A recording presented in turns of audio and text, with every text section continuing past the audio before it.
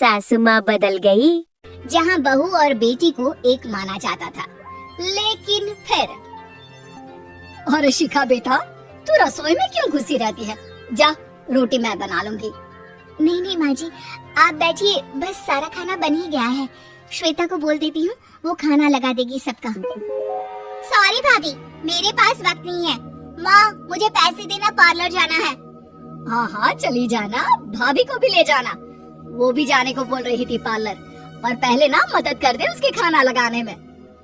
देख माँ, वो बहू है, उसे बहू रहने देना। इतना सर पर मत चढ़ा भाभी को। श्वेता, ज्यादा मत बोला कर। बहू और बेटी में कोई फर्क नहीं होता है। जा जाकर काम कर। ननद को माँ का भाभी से इस तरह प्यार करना बिल्कुल अच्छा नहीं लगता।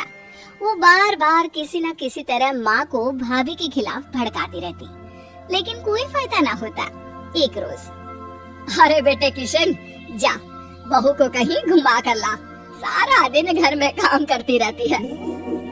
हाँ हाँ माँ, हम लोग जा रहे हैं ना गोवा। अच्छा जी, भाभी ने तो हमें बताया भी नहीं। वैसे तो सारी पंचायत करती है, ये गोवा वाली बात क्यों छुपा गई हमसे? अरे क्योंकि उसे खुद नहीं पता था बहन। मुझे टिकट सस्ती मिल रही थी तो मैंने बुक कर दिया। हाँ शिखा, पैकिंग कर ले, संडे हम जा रहे हैं गोवा। दोपहर में शिखा पैकिंग कर रही थी कि सास आ जाती है। ये क्या बहू, साड़ियाँ? अरे गोवा जा रही है घूमने या फिर शादी में मायके हैं? माँ जी, ऐसा कुछ है ही नहीं, समझ में नहीं आ रहा क्या रखूं कपड़े में। अरे तेरी और श्वेता के साइज तो एक ही है, उसके कुछ मॉडर्न कपड़े ले ले, आकर लौटा देना। हाँ माँ जी, ये ठीक रहेगा। शिखा श्वेता के पास जाती है और उससे कपड़े मांगती है।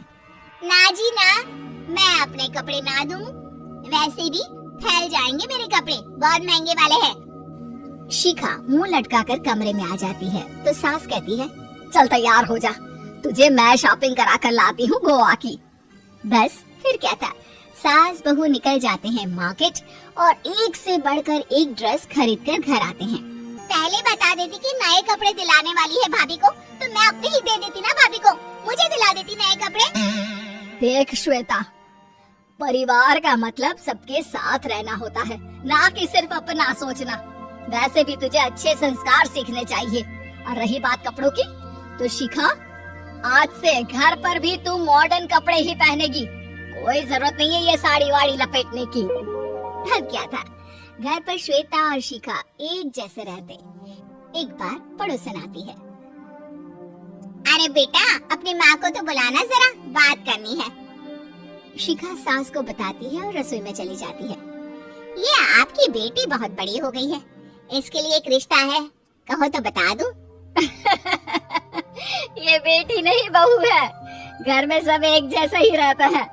वैसे मेरी बेटी भी बड़ी हो गई है, कोई रिश्ता हो तो जरूर बताना। पड़ोसन रिश्ता लेकर उन लोगों के घर आती है। तब श्वेता की होने वाली सास कहती है, तो ये घर है, कितने मंजिल का है? और ये बहू ने आपकी क्या पहन रखा है, जीन्स टॉप?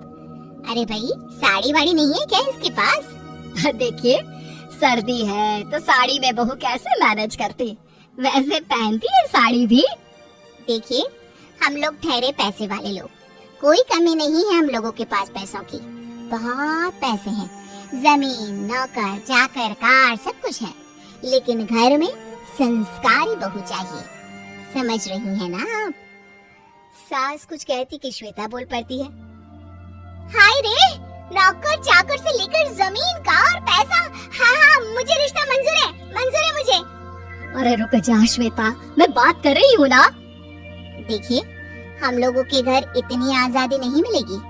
अरे हाँ कर देना माँ, हाँ कर दे जल्दी से। सास क्या करती, बेटी की शादी ऐसे घर में कर देती है जहाँ ना उनके विचार मिलते हैं और ना ही आचार। शादी के बाद एक रोज फोन पर, श्वेता बेटा, एक बार घर आ जा, बहुत दिल करता है तुझे देखने का। माँ, वो घर पर बहुत काम होता है, कैसे आऊँ? बड़ा घर है, लेकिन आने जाने वालों की लाइन ही लगी रहती है। बेटा, मैं तो जानती थी उस घर का हाल, लेकिन तू ही नहीं मान रही थी। माँ देख, हर घर का यही हाल है। तेरी बेटी को यहाँ घूंघट हटाने की परमिशन नहीं है और एक तरफ भाभी स्कर्ट पहनकर घूम रही है। बेटा मुझे क्या पता था कि मेरी बेटी को ससुराल के नाम पर पिंजरा मिल जाएगा। अच्छा माँ, फोन रखती हूँ, सास को गर्मा गर्म रोटी खिलानी है।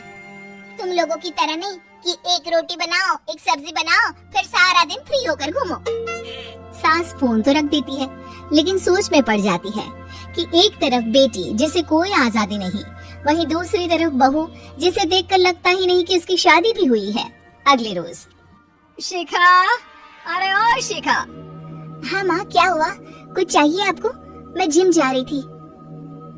जिम के कपड़ों में बहू को देखकर सास को घूंघट में अपनी बेटी का ख्याल आता है। देख बहू, घर में बहू की तरह रहा कर। इतने टाइट कपड़े पहनकर जिम जाना पसंद नहीं मुझे। जा जाकर रोटी बना। रोटी? माँ अभी तो शाम के 6 बजे हैं, इस वक्त रोटी? अब क्या मेरे खाने पीने पर भी पहरा है? अरे जब मर्जी तब मैं अपने घर में खा भी नहीं सकती क्या? बहू को अजीब लगता है। वो समझ नहीं पाती कि जो सास कल तक इतनी सपोर्टिव थी, उन्हें अचानक से क्या हो गया। वो किचन में जाती है, गरम रोटी के साथ 2 तरह की सब्जी, रायता, सलाद सब लेकर सास के पास आती है। माँ जी, खाना। इतना सारा खाना? राक्षस समझा है क्या मुझे? रोटी मांगी थी मैंने गर्मा गर्म बस। पर माँ जी, रोटी खाती किससे आप? सब्जी तो बनानी थी ना। अरे भूख मर गई मेरी तेरी बहस से। जा जाकर काम कर, अंदर पूरी रसोई साफ कर। बहू अंदर चली जाती है। थोड़ी देर में श्वेता घर आती है। अरे शिखा जल्दी से चाय ला, पकवान बना, मेरी बेटी आई है। अरे नहीं नहीं माँ, ड्राइवर बाहर खड़ा है। मैं तो घर का कोई सामान खरीदने के बहाने यहाँ आ गई हूँ, मुझे जाना होगा। अरे बेटा, पर कितने दिनों बाद देख रही हूँ तुझे, रहने आ जाना 2-4 दिन के लिए। आ जाऊंगी माँ, जब मेरी सास मरेगी तब। मैं तो रोज मन्नत मानती हूँ कि मेरी सास मर जाए तो अच्छा है। अच्छा चल, जा रही हूँ माँ।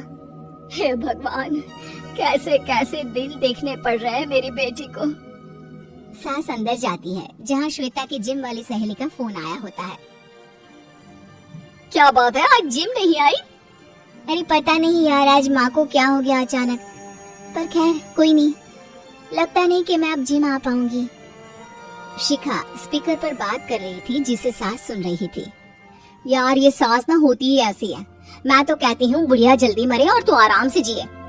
शिखा को सहेली की बात पर गुस्सा आ जाता है। माँ के मरने की कौन सा बच्चा दुआ मांगता है मोहिनी? आगे से ऐसी बात मेरे सामने मत करना। हमारे घर की शोभा ही माँ है। क्या हुआ जो थोड़ी शक्ति दिखा रही है? उसमें भी कोई ना कोई उनकी भलाई ही होगी। मैं तो कहती हूँ भगवान मेरे जैसी सास सबको दे, जो सिर्फ माँ की तरह है। सास वाली तो कोई बात ही नहीं है उनमें। सास ये बात सुन रही थी। उनकी आंख में आंसू आ जाते हैं कि क्यों वो बेटी की किस्मत में बहू को भी भागीदार बना रही थी। शिखा, अरे ओ शिखा, क्या हो गया? जिम नहीं जाना क्या?